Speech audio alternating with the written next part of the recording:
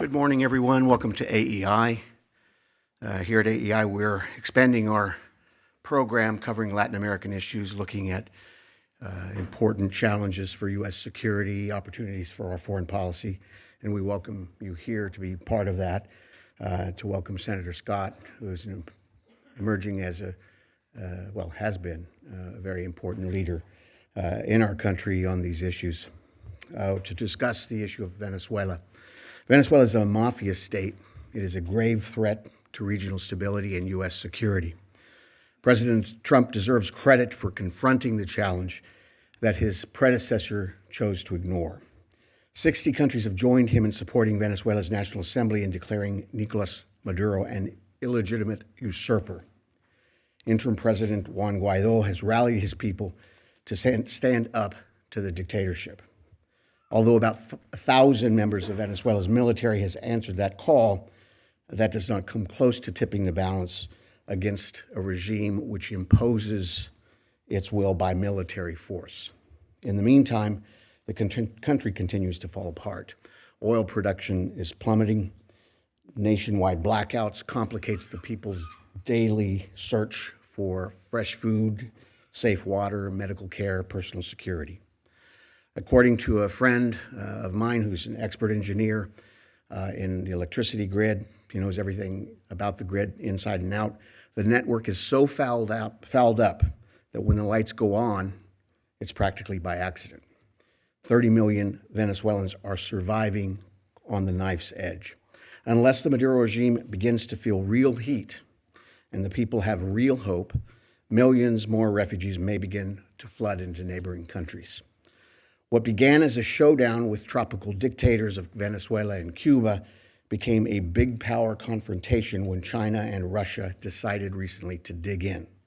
Maduro and his backers, China, Russia, Cuba, Iran, Hezbollah, narco-traffickers, don't give a damn if there's a humanitarian crisis that spirals out of control and Venezuelans begin to die by the thousands. But of course, we do care. The question remains, what are we prepared to do if that catastrophe unfolds? We're here this morning seeking an answer to that very question. Senator Rick Scott of Florida is a recent arrival in Washington, but he has been studying this issue carefully for many years. As governor, he made sure that Florida's dollars did not reach the dictatorship. He has met regularly with military commanders stationed in Florida who would lead any operation against the regime. He has President Trump's ear on this complex subject, where the administration is trying to rescue Venezuela and begin a transition to democracy. Senator Scott served as the 45th governor of Florida from 2011 to 2019. During his tenure, Florida created 1.7 million new jobs. He also cut over $10 billion in taxes, and the economy grew in 8 years by over 30%. Under his leadership, Florida cut red tape, eliminated 5,000 regulations, as well as the size of the government, and he expanded school choice. He also made Florida one of the best states in the nation in terms of educational affordability. Senator Scott served in the United States Navy from 1971 to 1974. He holds a bachelor's degree in business administration from the University of Missouri in Kansas City and a Juris Doctor from Southern Methodist University. Senator Scott will offer his remarks on the situation in Venezuela, followed by our discussion and your questions. Senator.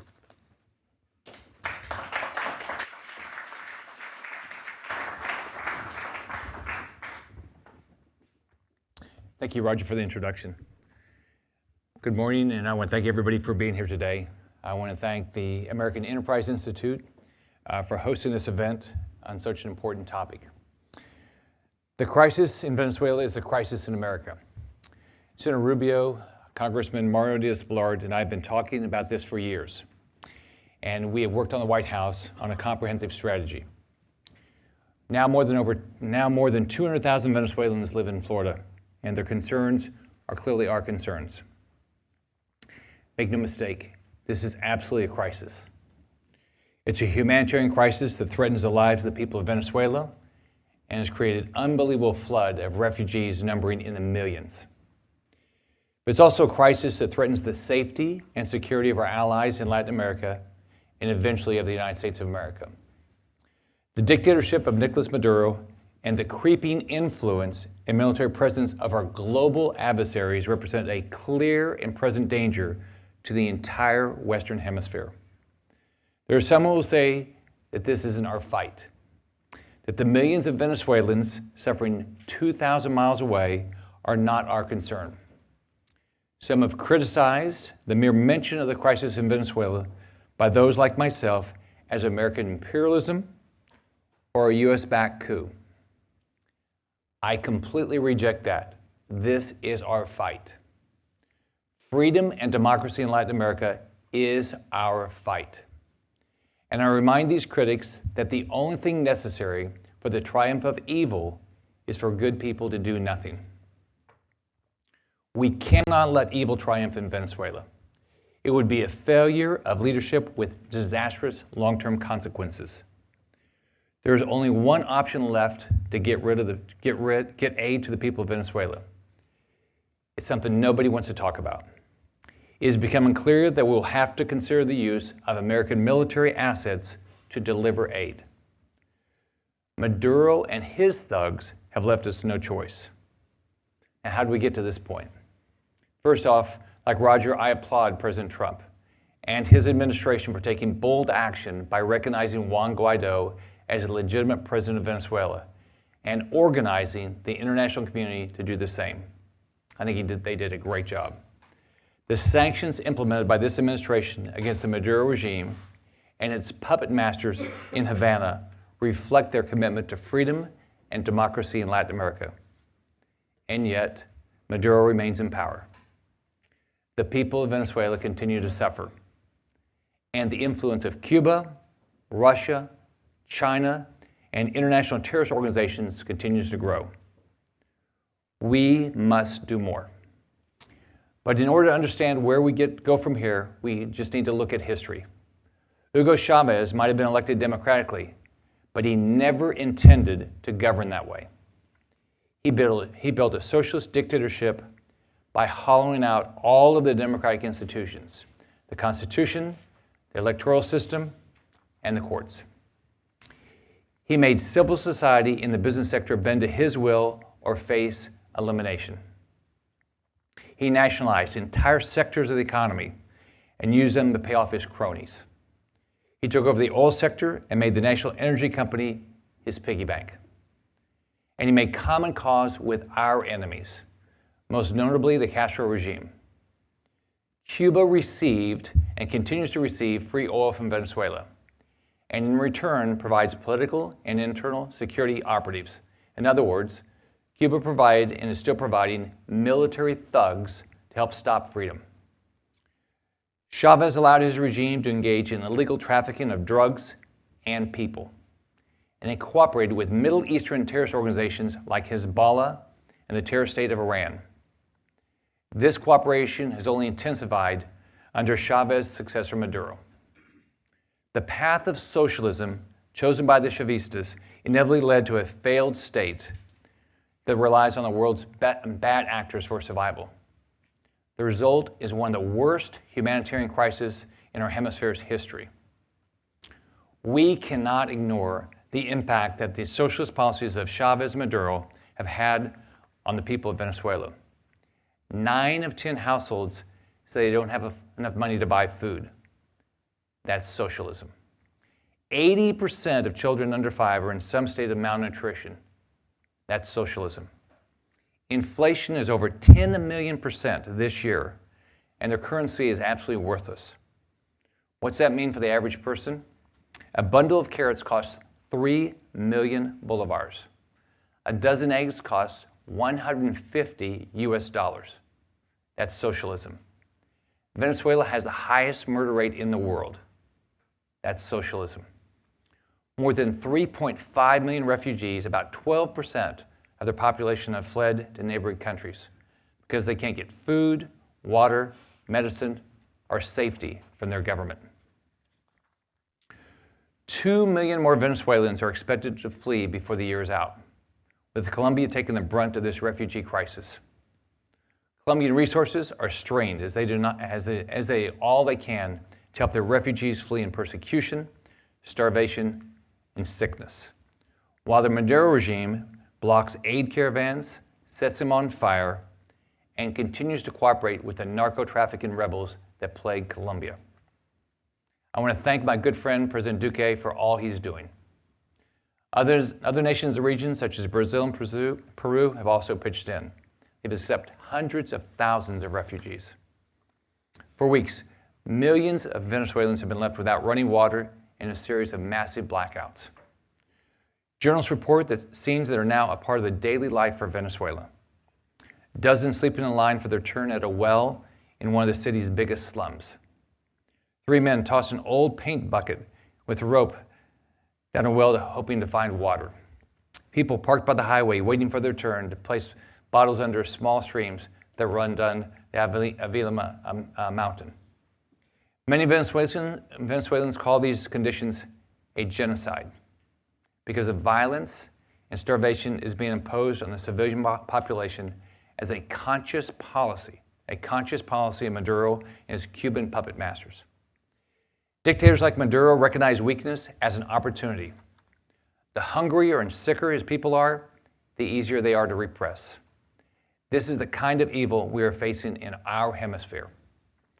But one thing is clear, Maduro underestimates his people. They may be oppressed, but they are not weak. They may be hungry, but their hunger is for freedom, and they're making their voices heard. We all need to listen. Maduro is an illegitimate president. His election was a complete sham, just like the elections in Cuba and Russia, a complete sham and an absolute joke. Dozens of countries across Latin America and Europe have recognized Juan Guaidó's constitutional right to the interim presidency.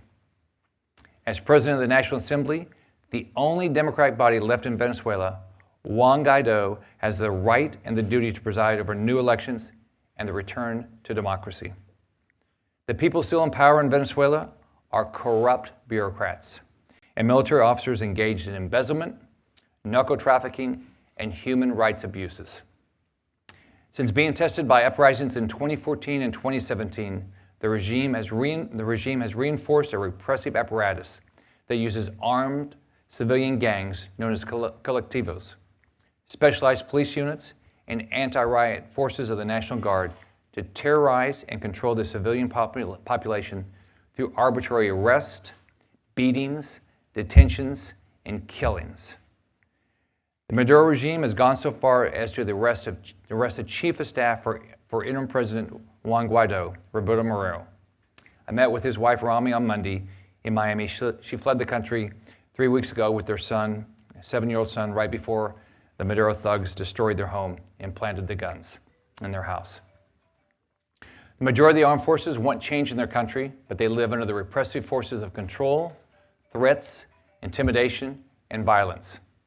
Russian mercenaries protect Maduro because he can't trust his own troops, and the Russian government has provided military advisors and specialists to maintain the Maduro regime's defenses, including surface-to-air missile systems.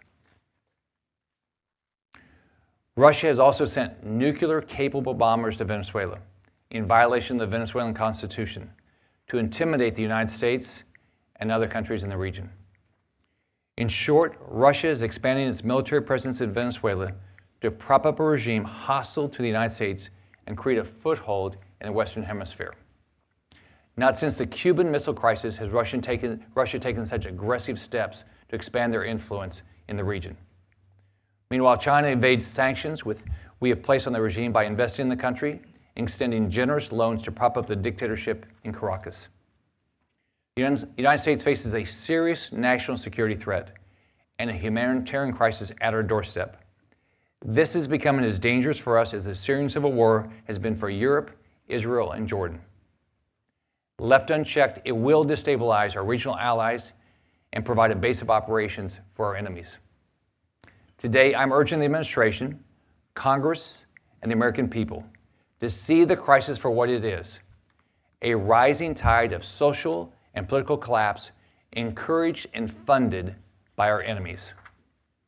The socialist dictatorship of Nicolás Maduro and his Cuban, Russian, Chinese, and narco-trafficking allies do not care how many Venezuelans suffer and die. Maduro is determined to remain in power, sucking the life out of a once vibrant nation and creating an outpost for our adversaries and a safe harbor for terrorists intent on harming Americans. We cannot let this stand. We will be judged by our response to this crisis, not just the humanitarian crisis, but the threat to our hemisphere. The credibility and security of the United States is on the line. The question is not if we can tolerate this crisis that is worsening every day. We surely cannot. The question is, when will we act to end it? Hostile regimes like Russia, China, and Cuba are digging in. They're training killers, distributing weapons, and placing military assets in Venezuela. The message is absolutely clear. They don't intend to give up without a fight.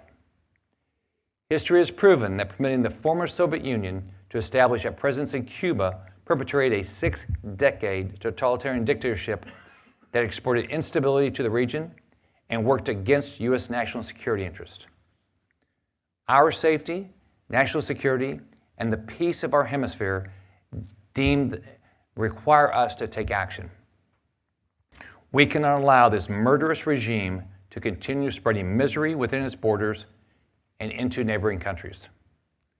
There is a democratic government in waiting in the form of the National Assembly and interim President Juan Guaidó. U.S. policy relies on rallying his internal support and forcing those around Maduro to see their future as brighter if they defect and support the movements toward freedom and democracy.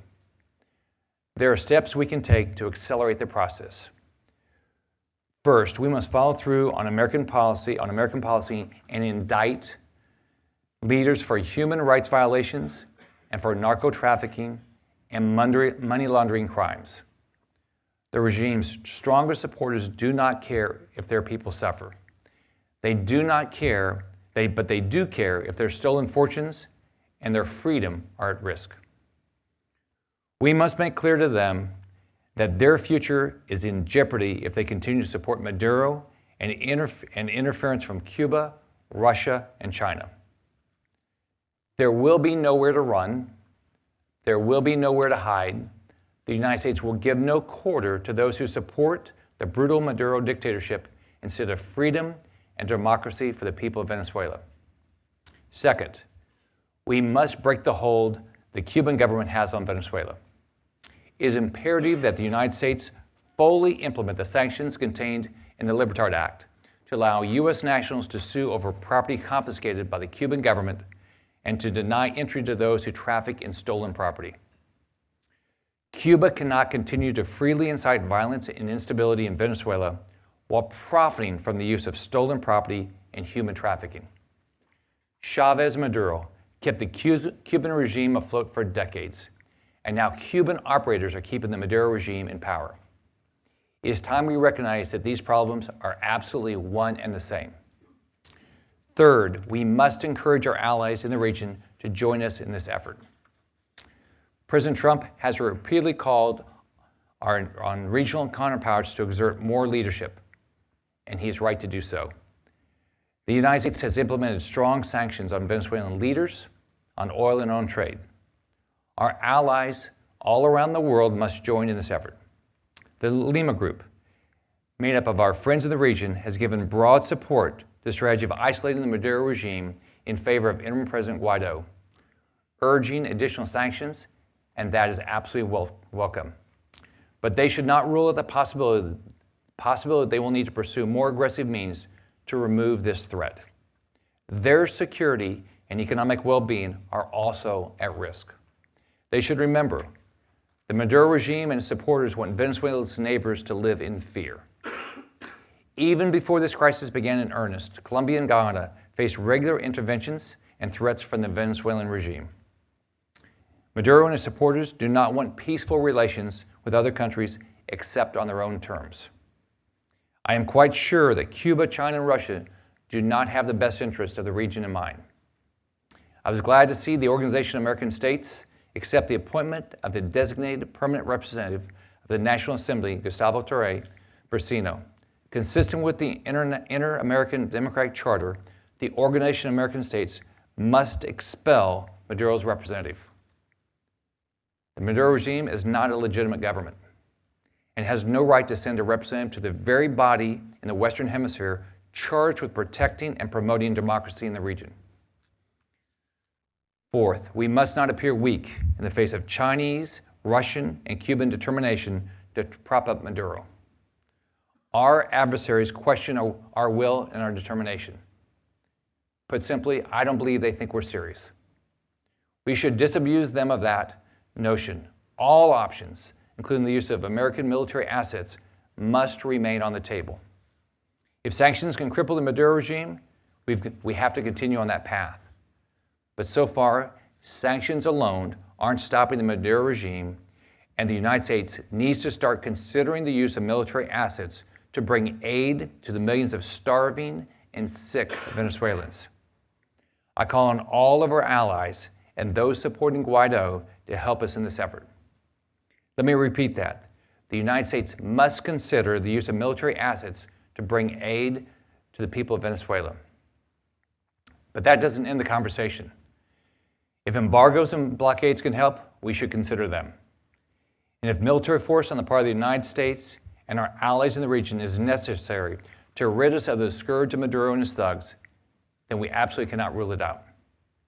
If the Venezuelan people, through their elected National Assembly and their own laws and constitution, request assistance to restore constitutional government and democracy, we should be ready to answer that call. Unfortunately, the Maduro regime is not broken yet, and you can count on millions and billions of dollars looted from the Venezuelan people and generated from 20 years of narco-trafficking. The Cubans, Russians, and Chinese see Venezuela as an economic opportunity, but more importantly, they see a chance to intimidate the United States, to be a thorn in our side. This is a great power confrontation, and one that our national defense strategy might not explicitly contemplate. But it is confrontation that we must be willing to meet with decisive action. The Venezuelan people want change, and even now they think of survival as much as they think of a democratic future. They're looking to the United States and democratic countries to help them. We must answer that call. After we do, we must be prepared, funded by their own oil revenue, to help rebuild their productive industries in every aspect of their once thriving economy, including infrastructure, public services, industry, energy and power sectors, telecommunications, and mining. Restoring a failed state is not an easy task, but Venezuelans' vast natural resources and the Guaidó government's desire to once again enter the community of democratic and peaceful nations are a strong foundation for a free and prosperous future. They cannot defeat these powerful forces of evil without significant support from the international community. My message today is this: the United States stands with the patriots of Venezuela, fighting to defend their lives, their liberty, and their sacred honor. Here's the truth. We simply cannot allow our adversaries in Russia, China, and Cuba to gain a foothold in Venezuela. We cannot allow it, and we have to stop it. The American people need to understand what is at stake here, and it's time to tell them. Thank you for the opportunity to be here.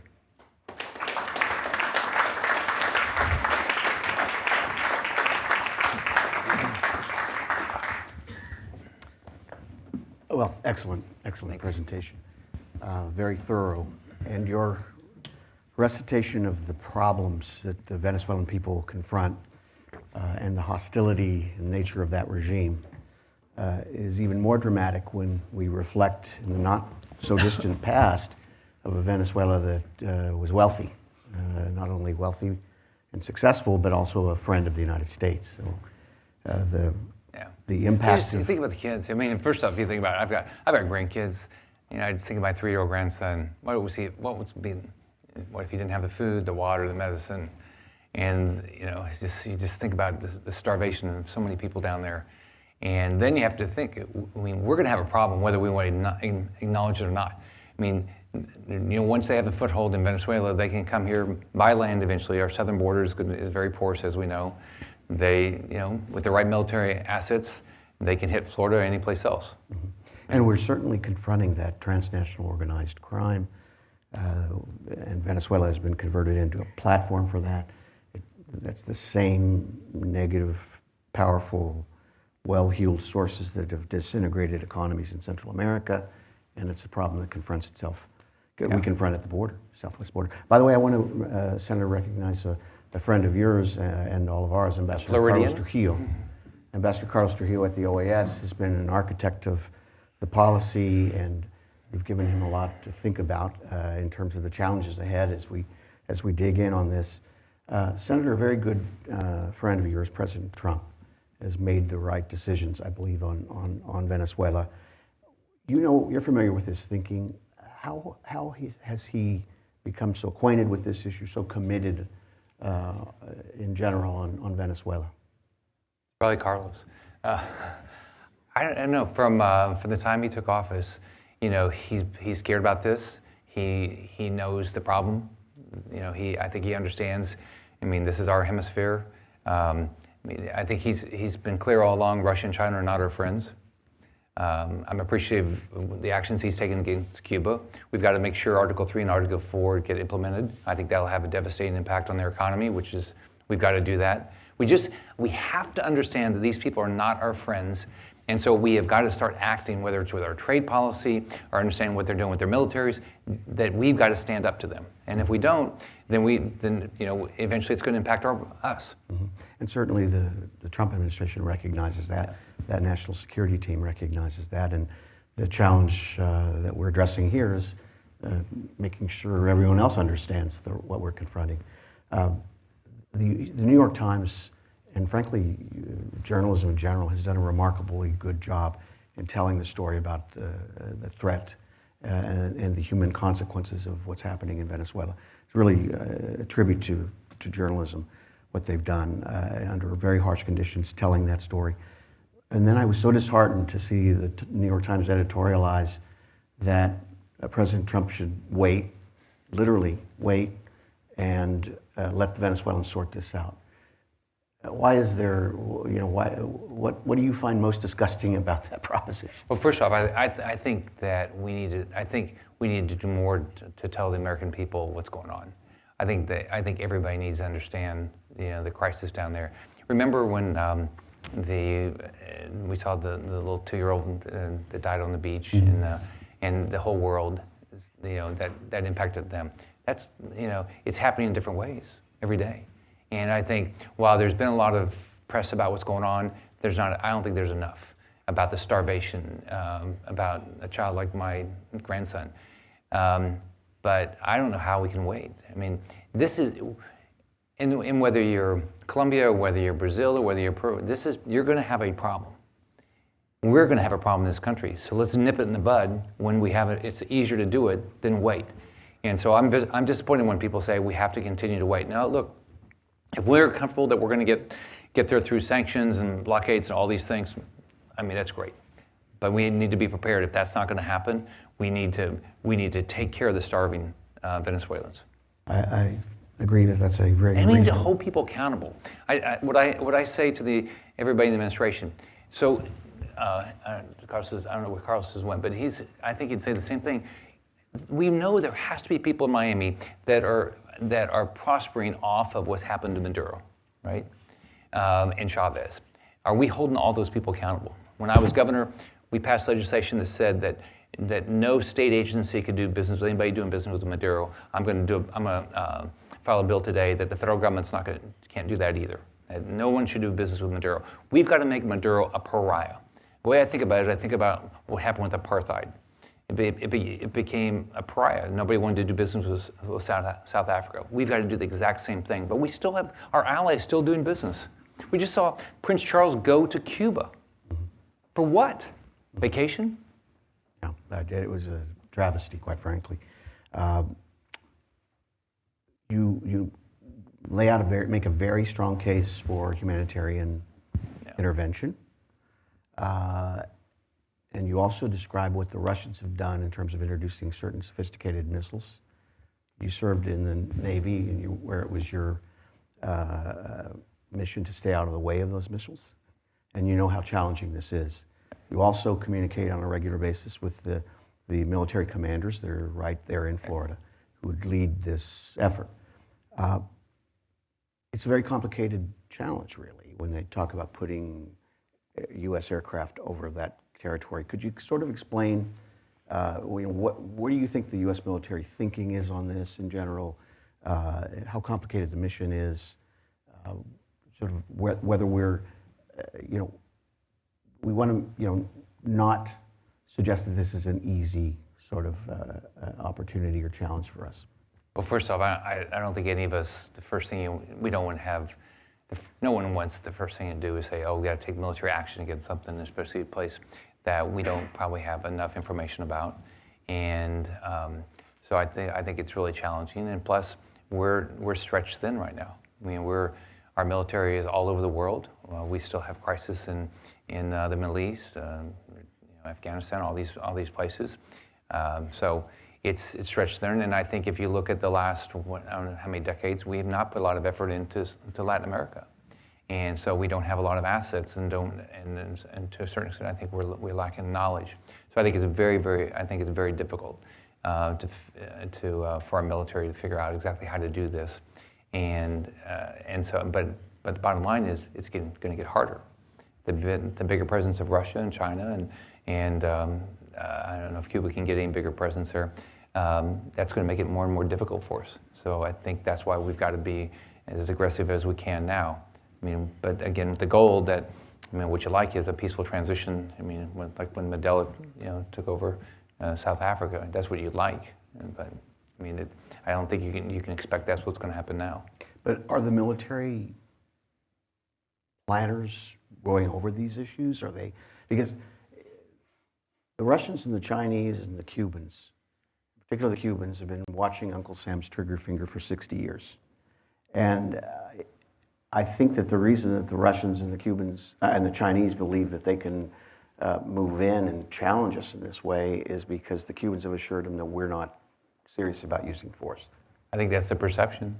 I think if you look at the amount of military assets we have dedicated to this hemisphere, it's pretty weak, and so I think that's why what you're seeing. You're seeing Russia is continuing to build up assets.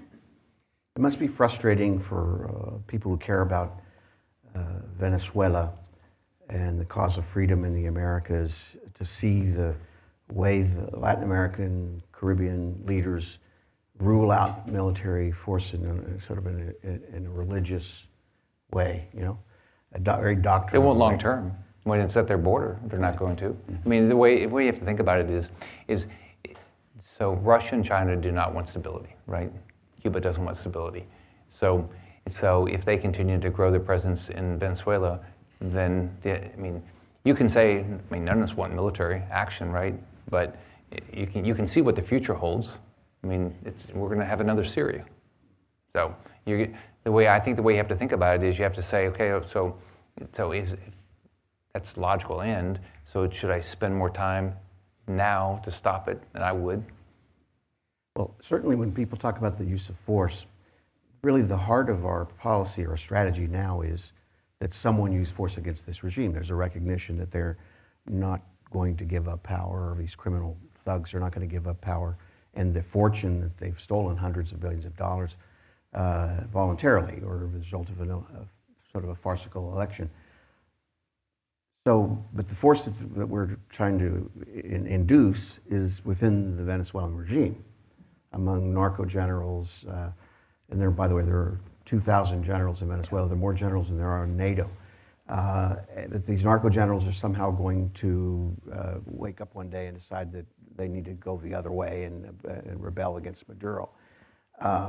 Is that a realistic proposition, do you think, 3 months into this thing? And are there risks of calling upon these bad guys, to accept this amnesty if they move against Maduro? Well, you can be hopeful, but I mean, when I talk to the White House, I think they believe that the sanctions are continuing to have an impact, and we're making it way more difficult for them to have access to any money. I think that's positive. So that would be great, but I think we need to look at everything. We need to get, what is Spain doing? What is, what are all of our European allies doing? Are they really sanctioning? Are they stopping, the people around Maduro from using the spoils in their countries? I think they've got to get more aggressive also, not just the United States. And that would be, the first goal is these people step aside because they can't survive. And so do everything you can. Blockade oil, don't let oil get to Cuba. Do everything you can first. But then be realistic. We do have to worry about all the starving Venezuelans, and if it's the only way we can get them aid is through our military, and with the support of the military in the region and our allies, we ought to be doing it.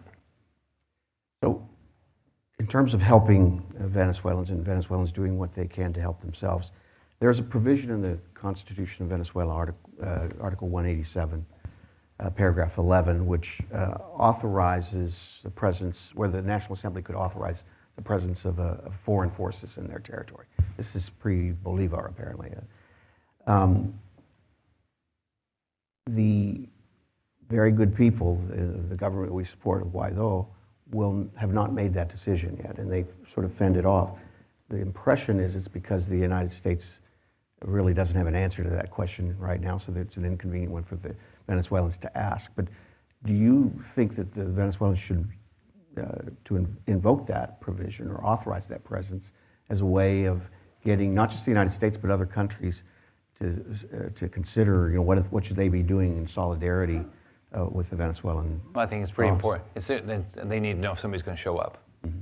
So I think they need to understand if the United States and the other allies are going to show up. I think the Trump administration did a good job of rallying allies to recognize Juan Guaidó, and I think it's incumbent upon the Trump administration working with Juan Guaidó at the point that they didn't make the decision that they want our support to also to organize that. It's their responsibility, but it's our responsibility to work to organize it. So, those of us who know the history of the region like you do so well know that Cuba was actually expelled from the OAS for its support for insurrection in Venezuela. And one of the things that the late Fidel Castro wanted very early on was access to those oil fields. Now they have them. Now the Cubans are, the Castro regime is, well, I still call it that because as long as Raul was really running the show, the Castro regime is raping that country, destroying that country. And they don't care about people. And they're directly involved in narco-trafficking, criminality. Do we risk losing the Latin American support if we make this about Cuba? And frankly, do we care? Isn't it time that the Latins kind of confront this issue of that Cuba is behind all of these terrible things that are happening in the region? I'd be surprised if we lose their support. I think people have figured out that Cuba is unbelievably destabilizing. That regime it's destabilizing. But bottom line is, why should somebody be able to traffic in stolen property? I think it's ridiculous that we haven't implemented the Article 3 and Article 4. It's wrong that people do business with stolen assets, and I think it will have an impact. But also, we need to do everything we can to make sure no oil flows to Cuba. Mm-hmm. Speaking of hostile powers, and I really applaud you for speaking so clearly about these things. The Chinese, a lot of people say they are not our friends. Yeah, the Chinese are not our friends. They have floated that regime for years, and they have about $20 billion they're still owed. What do they want out of this? Do they just want to get paid, or do they want to gnaw at our heels or cause problems for us in our hemisphere? Probably all of the above. But if you look at why, I'm glad the Trump administration is taking an aggressive stance with regard to the trade negotiations. China has been stealing our assets. they've hurt our economy. They're trying to build up a military that can confront our military. I think we've got to, all Americans got to understand that when we do business with China, they're somebody that eventually wants to annihilate us. They're not here to be a peaceful coexistence with us. I don't trust anything about what the Chinese are doing, and whether it's in Venezuela or what's in the South China Seas. And you have to think about how you muscle those countries out of this hemisphere, the Russians and the Chinese, without some sort of credible threat that the military is going to step up. We have to do everything within our power. We should do everything we can to make sure that the Chinese government does not make money off of Americans. Mm-hmm. That will have an impact. If they can't make money off of Americans, they're going to have a very tough time spending all the money to try to support a Venezuela or any place else. Certainly, the president has not been shy about being very blunt with the Chinese in terms of what's at stake in terms of the commercial relationship. And with this kind of acute threat to our security, I think it makes an awful lot of sense that we put Venezuela front and center in that agenda with China. I'm going to throw the floor open to questions. Let's take this gentleman here, wait for the microphone. Please identify yourself, and please do not make speeches. John Suarez from Freedom House. My question is, you were mentioning the issue of famine in Venezuela. In the 20th century, we saw famines, provoke famines in Russia, Ethiopia, China. In the case of Ethiopia, the Cubans were involved. Do you think that the Cubans are involved today with Maduro in trying to have a planned famine to consolidate control in the country? Thank you. You know, whether it's controlled or not, they're part of making sure it happens. I mean, they know what's going on. I mean, you can't, be living under a rock if you wouldn't know it. So I think it's part of the plan to repress the people. We just go back and think about Maslow's hierarchy of need. So if you don't have food, it's very difficult to focus on anything else. And that's exactly what they've done. What you'd like is complete internal insurrection against Maduro, but when people are struggling to even put food on the table, it makes it very, very difficult. Yeah, famine and refugees are a feature, not a bug of the Cuban model of building a repressive regime. A gentleman in the back. Hi, my name is Clyde Shepard. I'm a senior at the School of Foreign Service at Georgetown. Thank you for coming. A lot of what you said resonated. I was interested in hearing more about your strategies with relation to Cuba, because as I see it, Cuba expropriated the property in the 60s. We have the Helms-Burton Act, which allows U.S. nationals to sue Cuba for that value of that property. And Cuban Constitution last summer actually recognized private property, but then the U.S. has chosen to suspend a lot of the applications to sue out of the interest of our allies, such as Chile, Argentina, Mexico, because we fear that multinational corporations will be unfairly sued out of the self-interest of Cuban expats. That's my limited perspective, but I'd be interested in hearing your thoughts given those considerations. It's stolen property. It's stolen property. You shouldn't be able to make money off of stolen property. So we ought to implement, Article 3 and Article 4, and no one should be able to make money off that property. I think there's accountability, one, and number two is it'll impact their economy, which whether it's China or whether it's Cuba, if their economy is hurting, there's fewer things they're going to do outside their own country. We're going to go to this table here. Stephen in the back.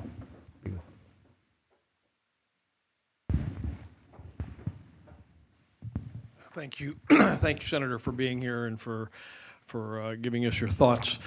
I'm Stephen Donahue from McClarty Associates, and I'm a retired Army officer. I'm interested in your exploring your concept, carefully worded concept of using military assets to deliver humanitarian aid, and whether, given the security situation in Venezuela, that will include combat forces to secure the transportation and logistics assets. Who else and under what authority do you see us being able to do that, whether the UN or the OAS will provide some Blue Helmet Authority. How do you see that working out? And how many of our troops do we put at risk to do this? I think all those are pretty tough. You've got to figure. I think that all those are very difficult things to figure out. I'm very comfortable that our military can figure this out, and I think we ought to work. We have to do this at the request of the interim government and with our allies, and whatever we're going to do, it's got to be done in a manner that our forces are safe. So I don't know how you could do it without significant, the ability to defend whoever we send in. And so I think I know it'll be difficult, but I think American troops could do it by themselves. But clearly, with the support of our allies, I think it's clearly doable, and I think the Maduro regime will back off. We're going to go one and then two. Good to see you, Governor, President, Senator, again. I'm Timothy Towell, retired Foreign Service Officer, 30 years, but more importantly, political officer in the U.S. interest section in Havana when we sent you Marielitos, who are really wonderful citizens of Florida now. My questions follow on about what the U.S. is going to do. I was watching the president. I watch TV now because I'm old.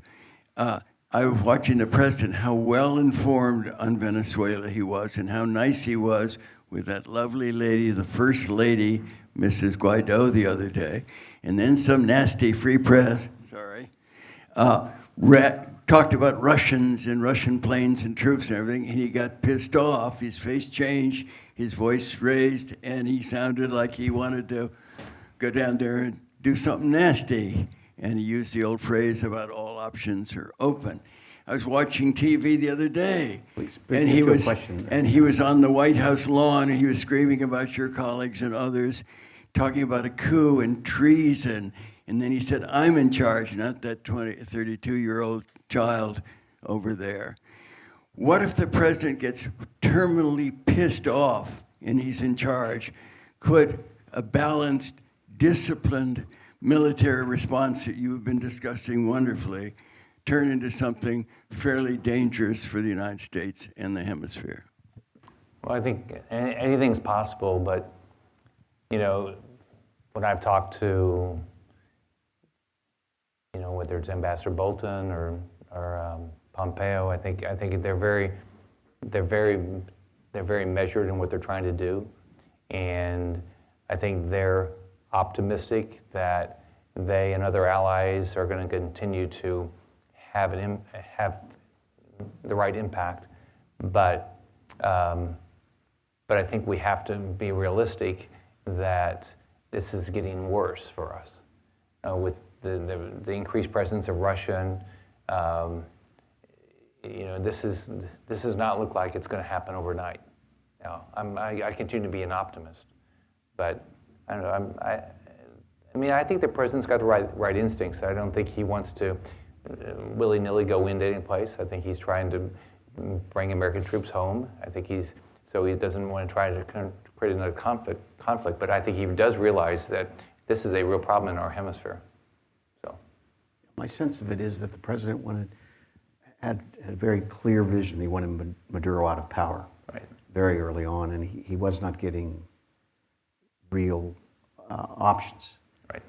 We don't have to kick in the front door. There are different ways of dealing with this kind of a threat to get the right people using force.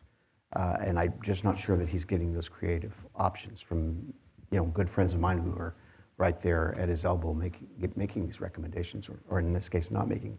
We'll go to the ambassador. Thank you, Senator. I'm Jaime Aparicio. I'm the former ambassador of Bolivia to the United States, and for obvious reasons, I'm staying here in the States. But my question is, we all know what Venezuela, or what Cuba is doing in Venezuela and why Maduro is still there. But not many people know that they are doing exactly the same thing in Bolivia and Nicaragua.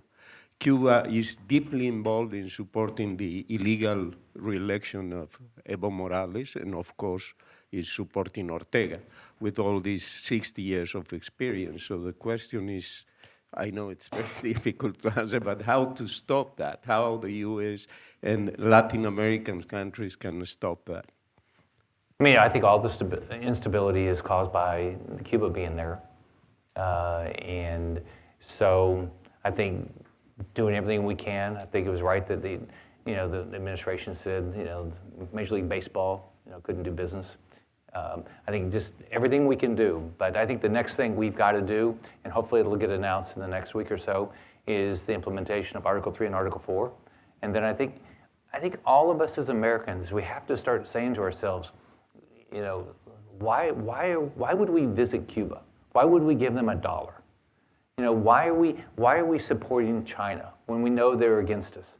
And all of us have to do this. I think having something like this where we start having these conversations and getting the American public to understand the atrocities that the Cuban regime has done every place they can, and the children that are dying as a result of what the Castro regime is doing is just it's staggering. Every time I just always think, when I think about Venezuela, I think about my grandkids and what life would be like. And then I worry about if we don't stop it now, it's going to be at our border. We're going to go right to the gentleman right there. Hi, I'm Frank Alzon. I'm with the Center for a Free Cuba. Delighted to hear you and Ambassador Noriega this morning. There's a strategic dimension, Putin and the Russian military presence in Venezuela. Some folks keep saying that the president talking about the options on the table is dangerous. It's also dangerous not to look into what is going on. And so my question to you is, does Mr. Putin's willingness to do this in Venezuela also means that he's willing to do other things in other parts of the world? And are we going to sit around and say, oh my God, it's dangerous, we got to be very careful? What would you say to the president? Well, I believe that Putin is not our friend. I think he's going to do everything he can to create instability around the world. He's going to try to be a thorn in our side. It's going to get worse if he did it in Syria. And so we'll have another Syria in Venezuela or someplace else. And if he believes he can do it with no repercussions, he's going to keep doing it. And so I think, he is our enemy. He is not our friend.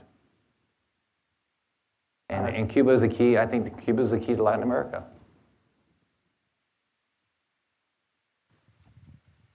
Hi, thank you for coming, Senator. My name is Sarah Shamali. I'm a student at the University of Maryland, and I have a question about the humanitarian situation that you've talked about a lot about. When you recommend more sanctions and blockades, do you think measures like that could make the humanitarian crisis worse before they kind of make them better? Well, first off, we know if we don't do anything, millions of people have already left. We have children starving to death. We have, so whether we do them or not, that's what's going on. So are we, by doing them, is there a greater chance that Maduro's going to have to step aside because he doesn't have access to any resources? So I think that we don't have another choice. I think it's the greatest opportunity to possibly stop the humanitarian crisis. We have time for quick questions. Gentleman there. Hi, Evan Carr with WTVJ. On a happier topic, I was wondering if you could talk about how you donated the first fourth of your salary to the Puerto Rican projects in Orlando and Tampa. Sure. So so I've been blessed. I sort of joked about this. I grew up in public housing, and then as governor, I lived back in public housing, so I was so successful. But I built businesses all my life, and so I've had the opportunity to give back. And so I didn't take a salary as governor, but as the senator, you have to take your compensation. So every quarter I'm going to give it, and this time I gave it to groups that can help the Puerto Rican community. It's devastated, and I'm putting a lot of effort in to try to make sure we get the right funding for them to get their economy back going after Maria. And so we gave it to a group in Orlando and Tampa, 2 different groups. That's a terrific answer and a pretty nice question. Gentlemen, one last question. This gentleman. Yes, my name is Barry Stern. I'm an educator and consultant in the field of workforce development and education. I did a lot of that in Venezuela, where I was a Peace Corps volunteer, one of the first ever to get to that country. In fact, I was there during the first peaceful transition from one president to another. When I got there was a machine gun in every corner and a tank on every corner. And it's distressing to me. I mean, I personally saw things like a group called the FALN, the Armed Federation of National Liberation. That was a communist group. And they were killing police, and they were blowing up pipelines, and they blew up bombs right near where I was sleeping. So first of all, I want to just thank you for your clarity of thought and your courage for speaking out as you have today. I don't think this is going to end well. I think we ought to think about the Powell Doctrine, overwhelming force, and holding people accountable for things like human rights violations and war crimes. But then there's another piece, and that is, what do you do next? We have a whole issue of Central America imploding before our eyes, with all kinds of people on our borders trying to come to a place that's safe. What strategy are you recommending with your colleague, Senator Rubio, and with the President, to think about what's next? We have a real issue in Central America of governance. Are we thinking about how to resolve a hemispheric problem, especially in Central America? Thank you. I'm a business guy and I'm an incrementalist. So the way I always think about things is, what can you get done now, right? And I think right now we can have a dramatic impact on the Cuban regime by implementing Article 3 and Article 4. And then we've got to make sure that all of our sanctions against any individuals in Cuba, we keep doing it. We do everything to ratchet up, to get them to stop supporting Maduro and other places. Then, and we have problems in a lot of places, whether it's Bolivia or Central America or whatever, but then our next biggest crisis right now is Venezuela. But I would focus on those 2 first, but I know it's not going to end until we just work through every place to try to create stability. I don't think it's going to be easy. Well, thank you very much, Senator. I must say I found myself, I'm old too, and I watch TV, and I was watching a movie, the Kite Runner, and it was about Afghanistan. And I saw, this very noble father of these kids taking them into exile, running from the Soviet Union. And I realized, I know people like that from all over, Cuba, certainly, and now Venezuela. I'm surrounded by people I work with. I know you are too. You know these people. You look in their eyes. You see the despair. But the fact is, the United States has always been the country that stood up and said, we're not going to do that. We're not going to allow that. And so I have to say, this is a very uplifting message, what I've heard. I know there's a lot of hard questions. You know those questions. You know some of the answers too. But at least you have the courage to step up and say, we have to confront this. We have to see our moral responsibility and the threats to our security that we need to confront. Right. Thank you very much, Senator. I'm going to ask everybody, as the senator leaves, if you please stay in your place so he can make it to the Senate safe. Thank you very much. All right, see you all. Thank you. Thank you. Thank you. God bless. Thank you, sir.